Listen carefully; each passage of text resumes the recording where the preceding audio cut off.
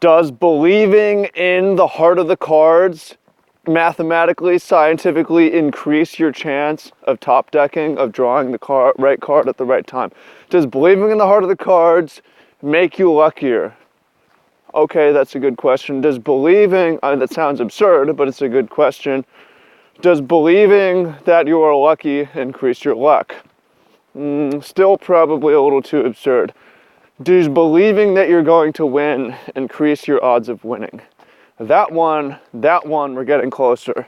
Does believing you're going to lose cause you to lose? I would say actually true, and we're going to look at the science here. Welcome and much love. Trap here, we're going to take a look at belief and winning, some of the science. Welcome and much love. This is a great topic that applies inside of magic and outside of magic. Something I don't see a lot of people talk about.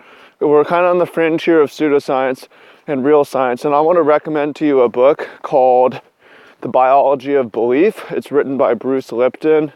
I've been reading this book. It's really good. It talks about the placebo effect, the nocebo effect.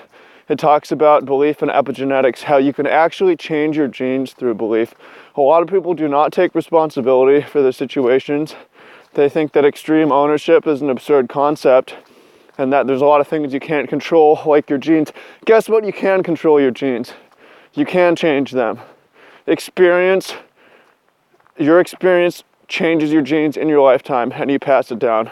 Darwin was wrong. Darwin thought that the way that we evolved was random mutation plus natural selection. Close, it's actually adaptation, aka epigenetics, aka experience and belief shaping genes. It's actually, evolution is actually adaptation and natural selection. Darwin was wrong. But it turns out you can consciously change your genes. The science says that. So we're going to talk about extreme ownership. We're going to talk about mindsets, beliefs, and how this affects. And as far as extreme ownership, I've been talking about this, like I'm 100% responsible for every card that I draw. Again, it sounds fucking crazy, but is it useful, right? Where I'm not necessarily looking at, is it totally true or not? The question is that a useful belief system to have? I think so, you know. Henry Ford says, you think you can or you think you can't, you're right. So let's start off with the more absurd. Does believing in the heart of the cards increase your odds of drawing a card? Well, that one, actually let's back up first and talk a little bit about the placebo effect and the nocebo effect. This is very real, known about, it's absurd. Belief changes a lot of things. We know that the placebo effect is statistically almost the same as antidepressants in effectiveness. The placebo effect is very strong and very real. The power of the mind, suggestibility, the power of belief is a good way to describe it. It does things like, there's this story in here of this guy, they did fake knee surgery and they controlled it and everything, and this one guy, they fake cut open his knee, splashed some water on it, or actually did slice it but didn't do the surgery, and then stitched it back up. The guy went from a cane to playing basketball with his grandchildren over 2 years. They said, yo dude, guess what? You never got knee surgery. We lied to you. And you did this all with your mind. And he's like, oh my God, that's crazy. And then nocebo effect, there's a story in here as well. They told, a guy was diagnosed with esophageal cancer. Dude, you have esophageal cancer. You have cancer of the throat. You're gonna die, dude. This is incurable. You're going to die. Sure enough, the guy dies 2 weeks later. Autopsy. No esophageal cancer. That's not what killed him. What killed him was belief. The nocebo effect. You believe you're gonna die, you will die. You believe you're gonna live, you will live. Or at least you're more likely to, right? So, let's start with the more absurd question. Back up here. If you believe in the heart of the cards, are you more likely to top deck right now? That one,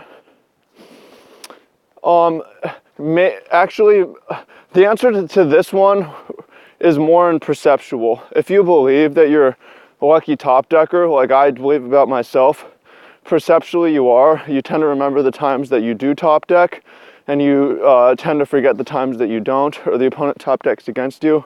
So I believe in the heart of the cards, and I feel that I've been very lucky across my magic career. and that makes me very grateful and happy. Have I been? I'm not sure, but my perception is really shaped by it. I look at all the key moments, and most of them are cards that I top decked. There's plenty of times I've been top decked against and so on. I just don't really remember those or think about them because I believe in the heart of the cards.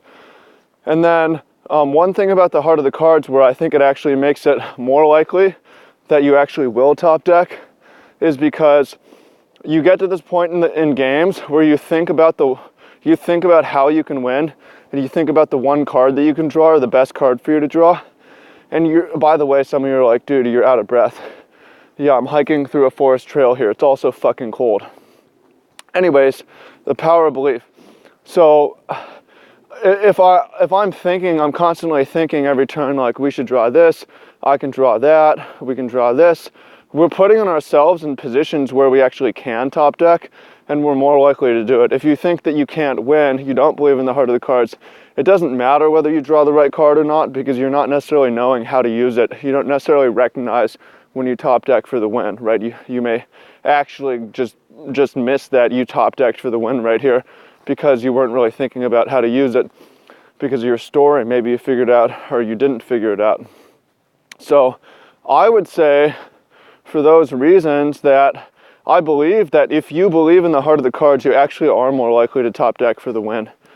And there's science that supports that. It's not as simple as like you're actually controlling all other factors. You're more likely to draw the fireball than the other guy, but you're more likely to draw the fireball along the way with knowing how to use it and remembering it afterwards, right? So to answer that first question. Now, other question, if you believe you are going to win, are you more likely to win? Almost certainly. Almost certainly. And one of the reasons why for this is not necessarily because you're going to be lucky and you're going to top deck, but because if you believe you're going to win, you have a story you're going to win, you're going to look for ways to win. You're going to find winning lines. You're going to look for ways to get lucky. You're going to open up doors. You're going to look for mistakes that the opponent could make that could open things up for you. You're going to find the winning line, right? If you believe you're going to win, then you have to find out why you're going to win. And then from there, you find the winning line, right? And I think that's really important. And that's one of the reasons why also we see, and it's something I want to talk about, like sometimes people with bad decks win tournaments because they believe they're going to win. They believe the deck's so good. That power of belief is so strong that the opponent starts to believe they're going to lose. And we'll talk about that. And after the tournament's over, everyone looks at the deck and they're like, wait a minute, the deck's, it's not necessarily bad, it's not very good though. And then no one can replicate the results. No one can replicate the results because a lot of their winning was fueled just by power of belief. They believed they were going to win, so they looked for ways to win, and they found them. They were never shaken. They never looked for ways to lose. They looked for ways to get lucky. They believed in the heart of the cards, so they opened themselves up for knowing how to use the right card when it comes. And then they feel lucky. They perceptually remember the good draws and not the bad draws. So what happens if you believe that you're going to lose? We're also going to talk about what happens if you believe that you're unlucky. I'm sorry that I didn't mention that because I know that half you guys, some people already clicked off. So it's getting better. There's going to be plenty more. Make sure you get the most out of this. Okay, so if you believe you're going to lose, you're definitely increasing your chance of losing. And the Nocebo really supports this. And I think the reason why is because if you believe you're going to lose, you tunnel vision on the losing plays. You also you don't find a reason why you're going to win, so you don't find the winning lines. And the winning lines are also often non-obvious. They involve drawing the right card and the opponent making the mistake and stuff like that. So you have to really believe that you're going to win to find the winning lines sometimes. So if you believe you're going to lose, you're not only going to miss those lines, but you're going to find ways to lose. You're going to find mistakes. You give opponents windows to top deck.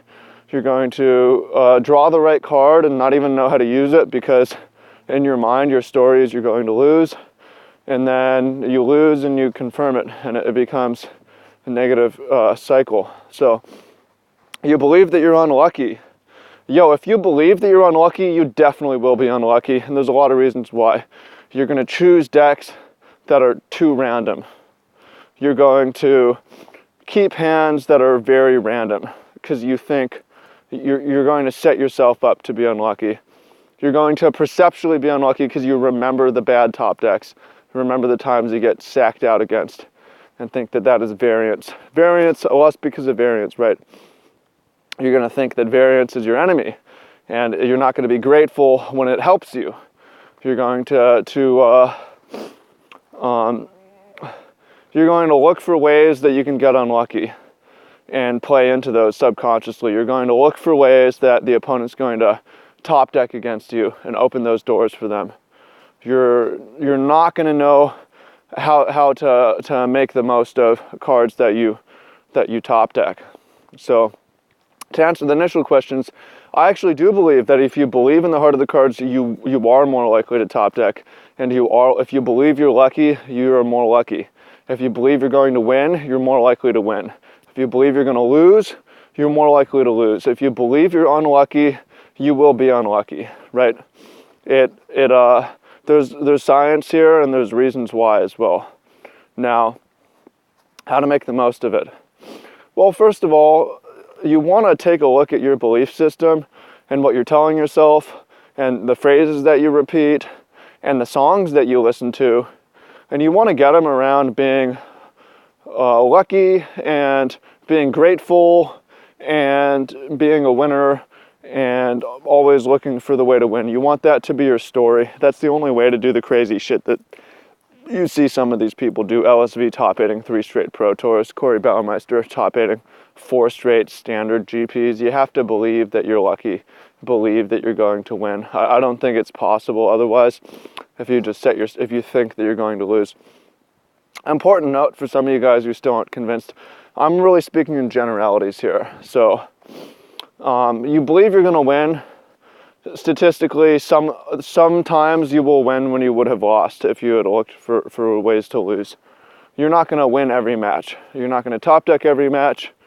You're not going to remember only every top deck. If you believe you're going to lose, you probably will stumble your way to some victories, but you're going to lose more. You believe you're unlucky, you probably will generally be less lucky and remember the bad draws more and be more unhappy. So I'm speaking in generalities. Let's take this out of magic for a moment and take a look at our lives. We want to win life. We want to believe we're going to win life. We want to be lucky. We want random wins and shit to go our way, you know. We don't want to believe that we can't do it. We don't want to believe that we're going to lose. We don't want to believe that we're going to be unlucky. We need to work really hard on the story that we tell ourselves. So how do we get there? Well, it's a long, complicated process. I cover this more in my other YouTube channel, Travis Wu. By the way, for the magic stuff, we have an awesome magic coaching group, mtgtraining.com/magicmastermind. You should apply if you're interested and want to apply this stuff. If you believe, oh yeah, also, okay, so what do? I think the first thing you need to do is audit your thoughts. Anytime you have a thought multiple times in the same day, it's a habit, it's a pattern, it reveals your beliefs. And you need to have strategies for countering those thoughts, replacing those thoughts, and fighting those thoughts daily. Affirmations is a great way. Listening to champions is a great way. Brainwashing yourself with audio tapes and so on is a great way. And that will cause you to believe that you're going to win, believe that you're going to be lucky, which will make you win more and luckier. It's science, and it's beautiful. So I believe in the heart of the cards. I thank God for taking me and putting me back on the Pro Tour and keeping me there. That's what I choose to believe. Is it the most rational thing? Not necessarily, but it's an extremely useful mindset. So I care more about usefulness than truth, to be honest. And Placebo Effect is a great example of that. Power of Belief is a great example of that. Is it 100% true? Not necessarily, no. Is it 100% useful? Yes. So that's a way of thinking about things that I think you'll find useful. So appreciate you, much love, and speak soon. Peace.